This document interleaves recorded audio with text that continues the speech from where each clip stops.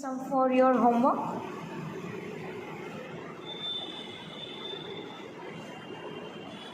Rajan invests ₹1,000 every year starting from the beginning of the year 2011 to the beginning of the year 2015. What is the amount he will receive at the end of the year 2015 if the rate of interest is 10%?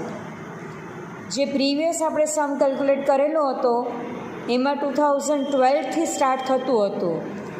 હવે આ સમમાં તમારે 2011થી સમ calculate કરવાનો છે.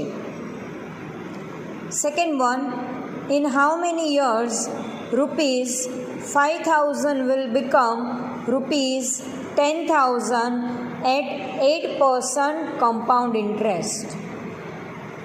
તમારે number of years find out કરવાના છે. Simple formula છે.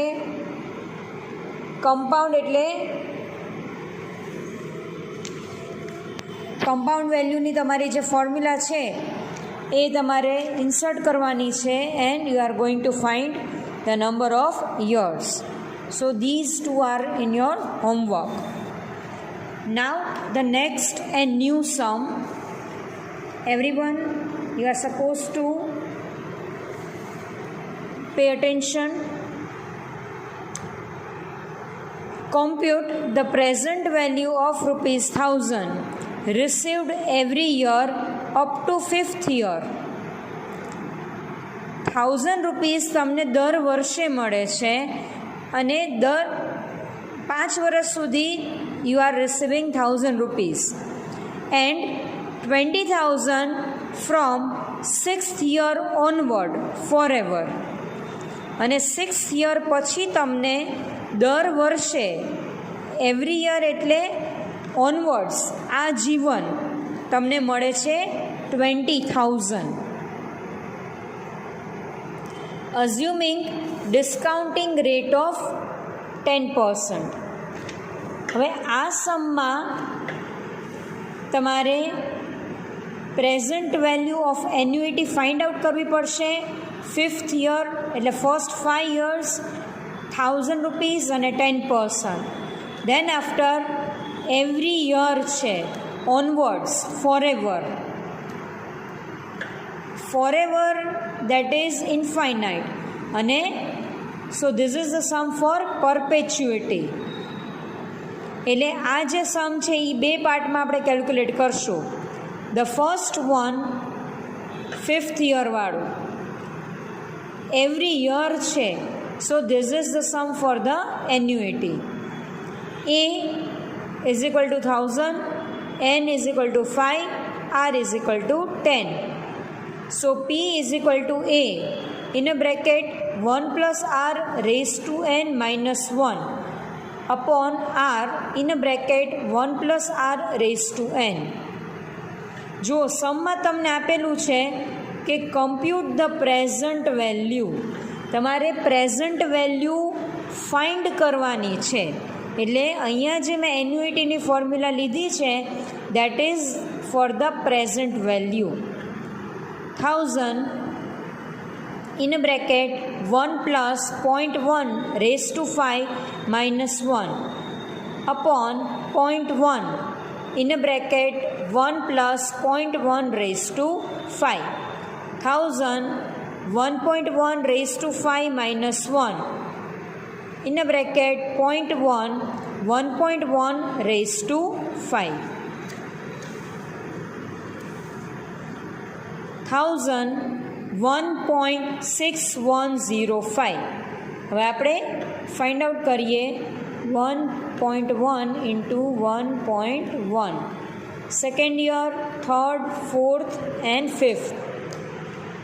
So here it is 1.6105 minus 1 upon 0.1 into 1.6105.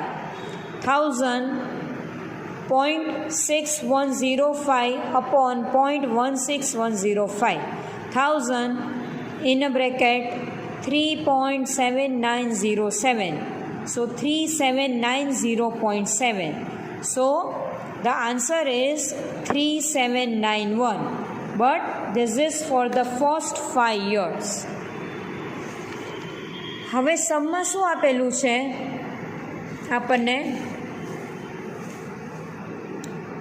And 20 and 2000 from 6 years onward forever.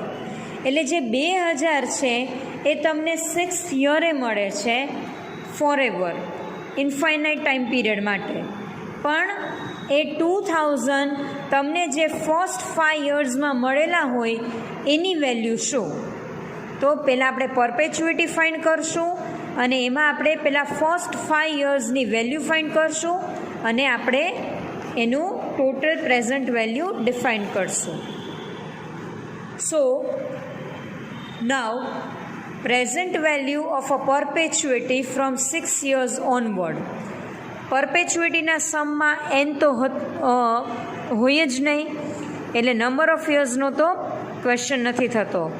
So the formula is P = A/R. એ છે 2000, રેટ ઓફ ઇન્ટરેસ્ટ છે 10%. પર્સન્ટેજની સાઇન અહીંયા રિમૂવ કરેલી છે એટલે ડિરેક્ટલી 0.1 મેં ઇન્સર્ટ કરેલા છે. સો 2000 upon 0.1. So the value of perpetuity will be 20,000.